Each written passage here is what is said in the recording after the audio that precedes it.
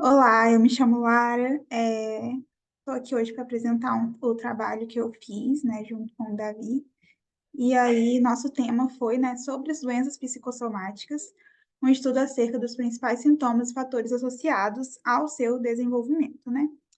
E aí, quando a gente começa falando desse tema, a gente tem que ter em mente algumas informações, né? Que inicialmente, o que que são essas doenças psicossomáticas, né? Elas são doenças que elas começam, né, na nossa mente, afetando quando tem alguma coisa que afeta o nosso emocional, nossa parte psíquica, e aí quando isso vai se somatizando, acaba gerando sintomas que ou agravam doenças físicas ou ocasionam elas. Então, a pessoa já podia ter algo que foi piorado ou podia começar a ter alguma doença justamente por conta dessa parte psíquica que está sendo afetada. E aí, né, tem essa somatização, né? E quando a gente pensa nessa parte da psicossomática, a gente tem que entender que ele é precedido, né, por uma ampla gama de fundamentação teórica. Então, não justamente significa que um campo apenas da psicossomática está certa, porque são fontes de estudo de diferentes áreas. Então, são várias fundamentações teóricas que elas são reunidas, e aí elas às vezes podem conflituar entre si. Então, algumas podem seguir uma vertente, outras podem seguir outro caminho. E aí, né, elas vão pensar naquilo ali, né, de interagir, né, os fatores biológicos, os psicológicos e a parte social de forma simultânea. Então, pensar na parte biológica, na parte dessas doenças, na parte psicológica que está sendo afetada, na parte social que está gerando todo aquele comprometimento. E aí, né, seguindo, pensando um pouco nisso, uma coisa é unânime, né, de todos os estudos, que é basicamente o quê? Tem uma conexão íntima entre a mente e o corpo, ou seja, se os dois ali não estiverem caminhando de forma harmônica, eles vão gerar consequências, e essas consequências são geradas aonde? No corpo, no nosso organismo, como forma de doenças, como forma de manifestações que acabam sendo mais prejudiciais ainda para quem já está, né, com a mente um pouco afetada. E aí, o que que vai acontecer? Atualmente essas doenças elas são, né, geradas por esse processo, né, de somatização, e como eu disse, ela vem sendo alvo de estudo de várias áreas, tendo várias vertentes. Então, por exemplo, a psicologia, a medicina e a neurociências, elas têm um foco nessa área, porque é algo que quando você entende essa relação, você consegue fazer um melhor acompanhamento para aquele paciente, você consegue dar um diagnóstico correto. Então, a partir disso, a gente tem, né, esse processo sendo construído, essas áreas que vão buscando informações de diferentes formas e forma esse conceito geral, né, dessa conexão íntima que existe, né, entre a mente e o corpo.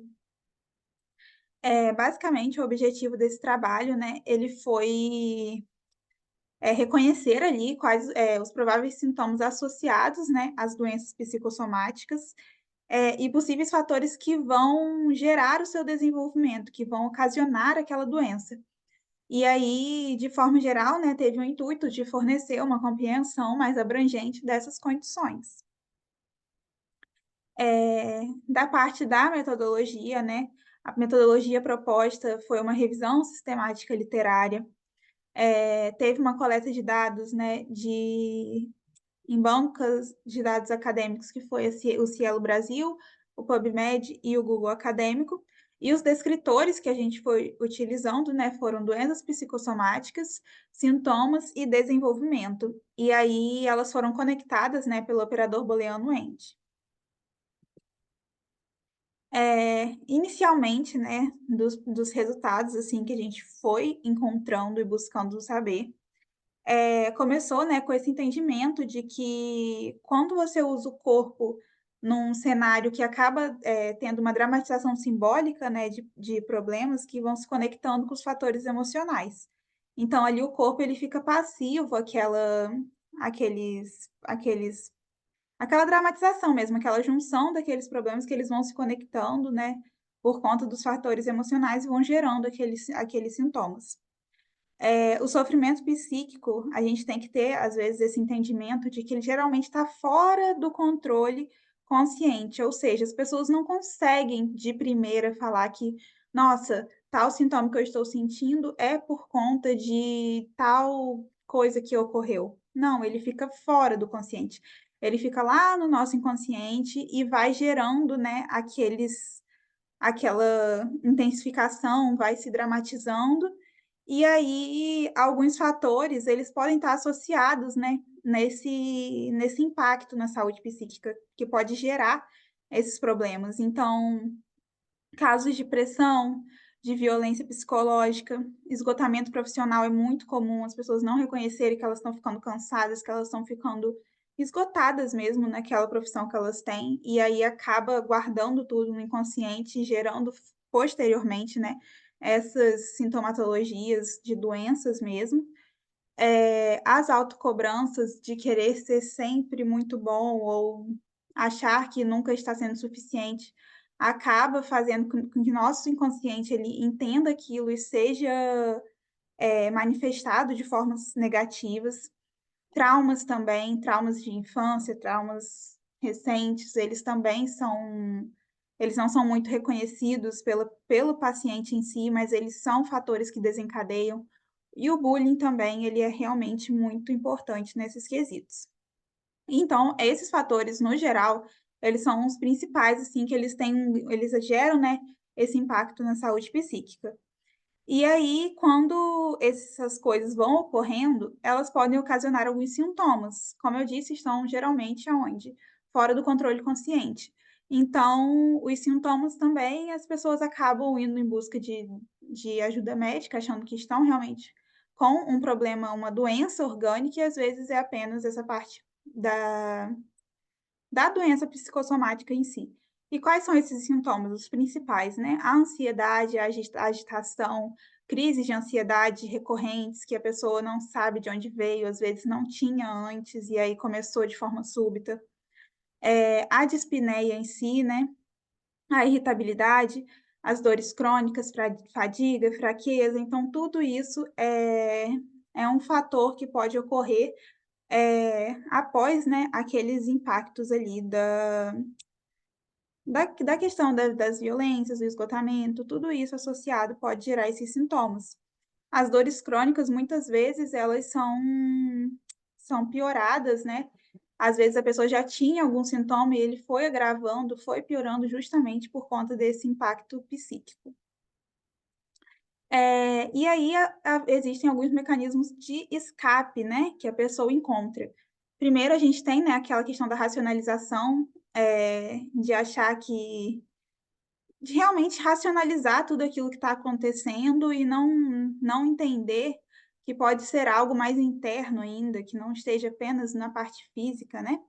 Negação de não querer aceitar que está com algo o emocional abalado, achar que isso não é para ela, para essa pessoa, então acaba gerando essa negação. E repressão também, reprimir esses sentimentos achando que vão ser resolvidos e no final eles só são, né, piorados. E aí o que que isso vai gerando, né? Vai ocorrendo, né, esse impedimento, né, da conscientização e verbalização. Então, a pessoa não quer ficar consciente daquilo que está acontecendo, ela não quer verbalizar. E aí, vai piorando todos aqueles sintomas, eles vão se agravando justamente, por exemplo, no caso da ansiedade, vão ocorrendo crises mais recorrentes, justamente porque a pessoa ela não quer ficar consciente do que está acontecendo com ela, né, ela não quer verbalizar, não quer falar sobre o assunto. E também, né, começam, né, os quadros com queixas patológicas prejudiciais, né, ao bem-estar e à rotina. Então, não justamente a pessoa em si, mas começa a prejudicar todo o ambiente que ela está inserida. No caso, por exemplo, do esgotamento profissional, ela começa a não ser mais tão efetiva, tão produtiva, e aí aquilo ali vai atrapalhando a rotina dela e a pessoa começa a se sentir, eh, cansada, fadigada, ficando com esses casos de dispneia, por exemplo, por estar se agravando aquilo ali, né.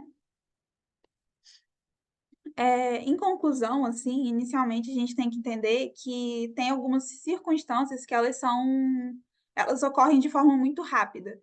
Então, por elas ocorrerem dessas formas rápidas, o indivíduo ele não consegue processar elas de forma tão rápida quanto aquilo ocorreu. E aí ele não reage a tempo de elaborá-las, né.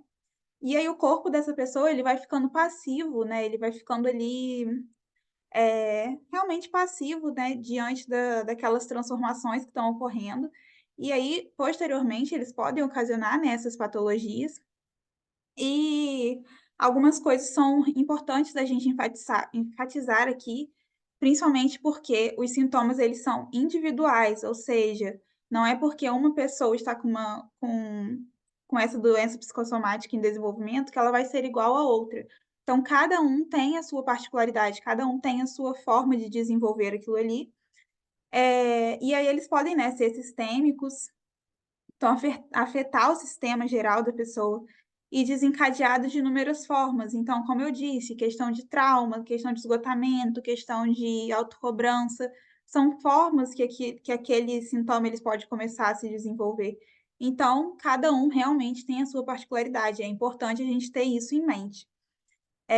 E por conta disso também a gente precisa ter o diagnóstico médico correto, porque a partir do momento que você faz o diagnóstico correto, você para de olhar para a pessoa apenas naquela parte física, né, tentando tratar um sintoma, por exemplo: "Ah, estou tendo crise de ansiedade", dando medicamentos, pra tratar aquela ansiedade, mas não pensa o que que pode estar gerando ela. Então você tem que ter um diagnóstico correto para poder tratar não só o sintoma, mas também a causa, e também entender que outros profissionais são importantes no andamento desse paciente. Então, a questão do psicólogo que vai tratar ali essa parte mais emocional, vai ter as conversas, vai desenvolver ali um trabalho junto com você para ter um melhor prognóstico para esse paciente, né.